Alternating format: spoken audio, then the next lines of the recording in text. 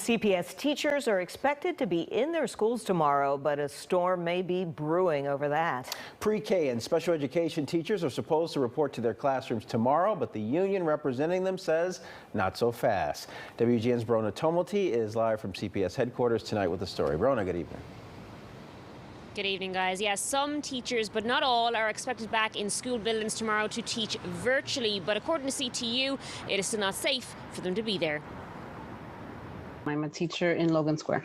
Laurie Torres is one of many Chicago teachers concerned about classes starting up. I teach Spanish at the elementary level, pre-K to 8. She's not going back just yet. I am in the second wave. We're expected back January 25th. But thousands of pre-K and special education teachers will log on to Zoom tomorrow to meet with their students. You have more than 5,000 people that are being told they have to return tomorrow. Those virtual classes are expected to be held from the actual school buildings, but there's pushback, with talk of some teachers continuing from home instead. We've been advised from the federal government, right, that our darkest days are ahead of us, right? That the hardest of this pandemic will hit us in January and February. The reason being, we're told, is the same safety issues still haven't been properly addressed. We've been told that they're safe, the buildings are safe, that schools aren't the places where this is being spread. Well, we don't know that because for the most part, our kids have not been in school the way they normally would be. Among other things, CTU is calling for CPS to fast-track the hiring of nurses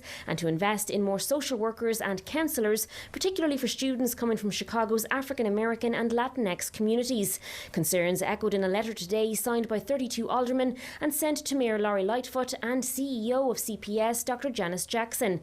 It says in part, "We are deeply concerned that Chicago Public Schools' current plan for students and staff to return to school buildings does not meet the district's objective of increasing equity for students and fails to adequately address a number of safety concerns identified by parents, students and staff in light of the ongoing pandemic." It goes on to assert a 9-point plan to get in-person learning going again safely, including the need to establish and promote clear public health criteria for reopening and share a detailed testing and contact tracing plan, which they state would be useful specifically when it comes to hotspot neighbourhoods. One of those might be the 60639 zip code, which includes Logan Square, where Torres teaches, an area which ended the week of December 26th with a 17.9% positivity rate. I know that if you open the doors to allowing students to come into the building, the threat of community spread is real.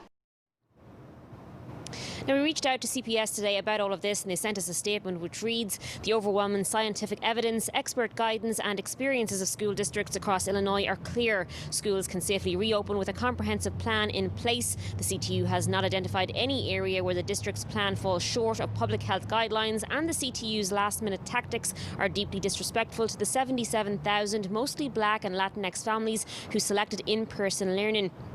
It is in the district's expectation that teachers without an accommodation report to work tomorrow, just as principals, custodial staff, engineers and food service staff have throughout the entirety of the pandemic." Now, there will be a virtual press conference from CTU in the morning at 6:30 and another one outside of Brentano Elementary School in Logan Square tomorrow evening, and that one will be streamed on the CTU Facebook page as well.